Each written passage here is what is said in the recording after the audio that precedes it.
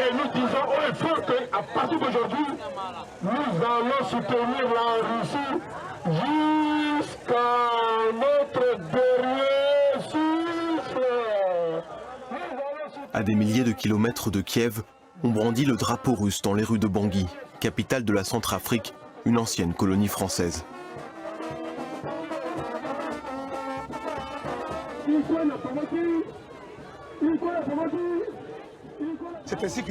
Les Russes ont demandé à l'Ukraine d'arrêter ses attaques. Mais les Ukrainiens n'ont pas obéi. Alors la Russie a attaqué l'Ukraine. C'est ça qu'il faut comprendre.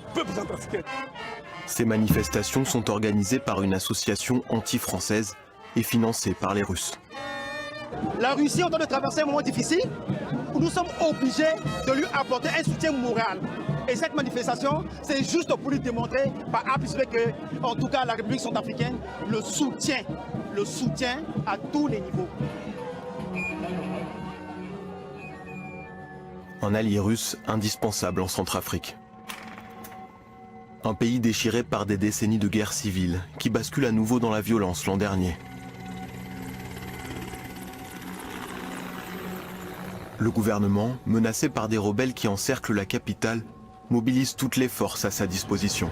Vous défendez le pays, vous défendez la nation contre les rebelles et les mercenaires. Vous ne devez céder aucun centimètre de notre territoire national. Vous avez tous nos encouragements et soutiens. Repos. Aux côtés de l'armée centrafricaine, on aperçoit désormais des hommes blancs, le visage toujours masqué. Sous couvert d'un accord de défense avec Moscou, des milliers de combattants russes débarquent en Centrafrique. Des mercenaires opérant pour le compte de la société Wagner. Une armée de l'ombre au service du Kremlin, sans existence légale.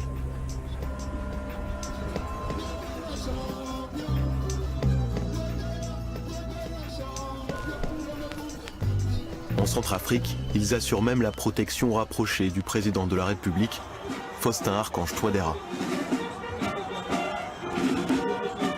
Sur le continent, Moscou pousse ses pions au détriment de l'influence française. Dans les grandes cérémonies, fleurissent des drapeaux russes sur des chars offerts par le Kremlin. Des musiciens de Moscou célèbrent même cette alliance. La propagande se met en marche et la Russie est à la manœuvre.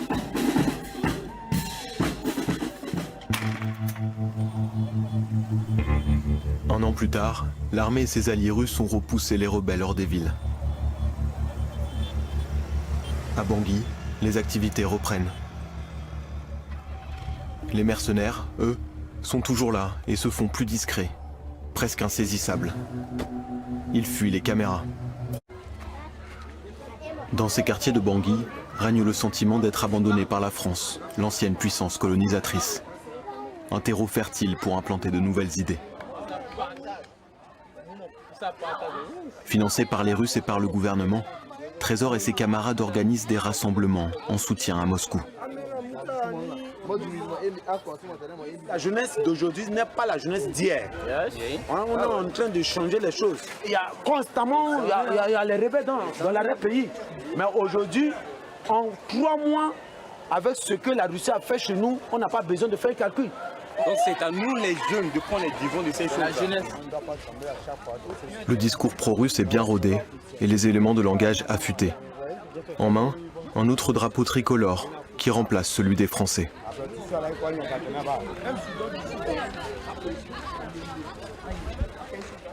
Dans l'histoire, si on revient un peu en arrière, l'histoire témoigne que la Russie n'a jamais colonisé un pays africain. Nous, on n'est pas contre la France, mais c'est la mauvaise politique de la France qui nous fait du mal. Nous avons fait combien d'années avec la France? Regardez l'état du pays. Nous avons connu combien de coups d'État? Nous avons connu combien de mutineries? On a perdu combien de présidents de la République centrafricaine? Et aujourd'hui, avec la présence russe dans un laps de temps, nous avons un bon résultat. Et ça m'a poussé, ça m'a donné un engagement ferme à soutenir la Russie Parce que ce que nous voulons, c'est quoi? C'est le bien-être, non? C'est la libre circulation. Aujourd'hui, ici, on a la sécurité. Les jeunes peuvent aller à l'école, nos enfants peuvent aller étudier. Et ça, nous le voyons pour le moment. C'est pourquoi ça m'a donné le courage et l'envie de tenir le drapeau russe pour dire merci à la Russie, merci au président Poutine.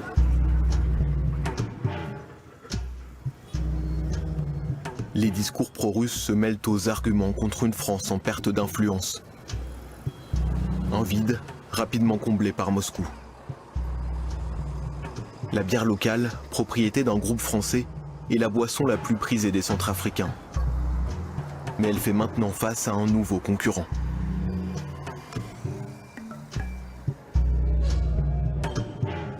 La Russie étend son emprise jusque dans les bars de la capitale, avec la toute première vodka commercialisée en Centrafrique, fabriquée par une société proche elle aussi des mercenaires russes. Na bei Africa, na technologie tia russe. Ça veut dire que fabriqué en RCA avec la technologie russe. C'est fort, mais ça va. C'est pas trop fort, c'est fort, mais ça va. Ça donne de l'énergie, ça donne... L'opération Séduction s'affichait déjà sur grand écran en 2021.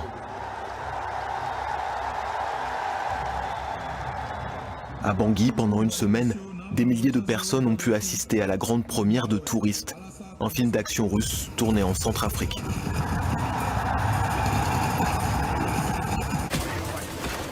Le film est produit par une société de la galaxie Wagner et raconte l'intervention des mercenaires dans le pays.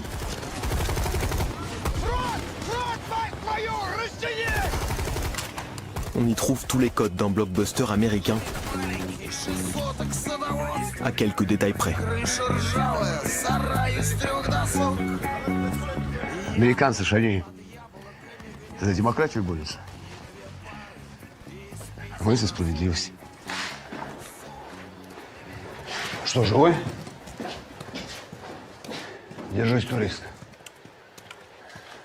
Мы сразу решили, что у нас будет в фильме, фильм будет достоверный, будет минимум графики, спецэффектов, то есть все будет живое и реальное. Nous avons décidé que notre film sera en tant que réel, basé sur des faits réels, sur la vue réelle des scènes d'action, de ce qui se passe en réalité. Вы очень талантливые люди. Wagner déploie les grands moyens pour faire de la Centrafrique une vitrine de son intervention. Talentueux, travailleurs et professionnels. L'objectif sonne comme une vieille rengaine, conquérir les cœurs et gagner les esprits.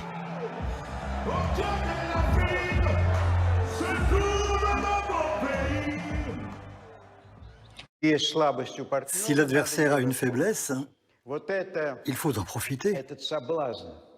La Russie a cette tentation, cette convoitise d'aller hisser son drapeau dans les endroits où elle peut le faire. Dans le ciel et sur les murs de Bangui, on chante l'amitié russo-africaine. Les Kalachnikovs ont gagné la paix et Moscou les cœurs. Une opération de soft power efficace.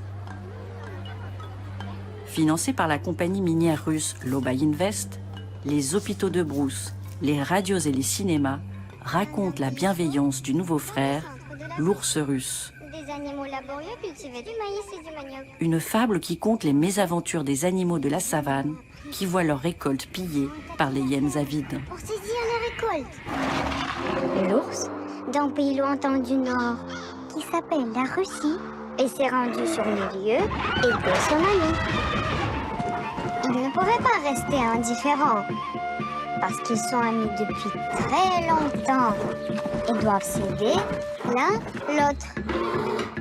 Ce qu'il y a d'intéressant là-dedans, c'est que ce n'est pas juste des gens qui viennent piller des ressources naturelles, c'est que derrière, il y a une dramaturgie. Voilà, il y a une histoire à raconter qui est notamment celle de l'ours qui va libérer le peuple centrafricain de l'oppression néocoloniale française, puisque c'est ce narratif-là qui est mis en place.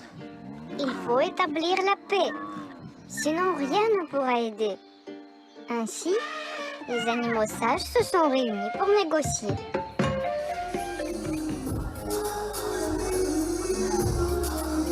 Les beautés de Bangui sont célébrées par Zakharov et les conseillers russes.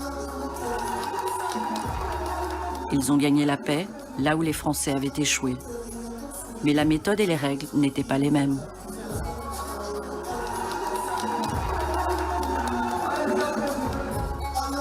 Disons que le fin mot de l'histoire, c'est de dire qu'on peut tous vivre ensemble en paix, sous bien évidemment la supervision et l'œil bienveillant de l'ours.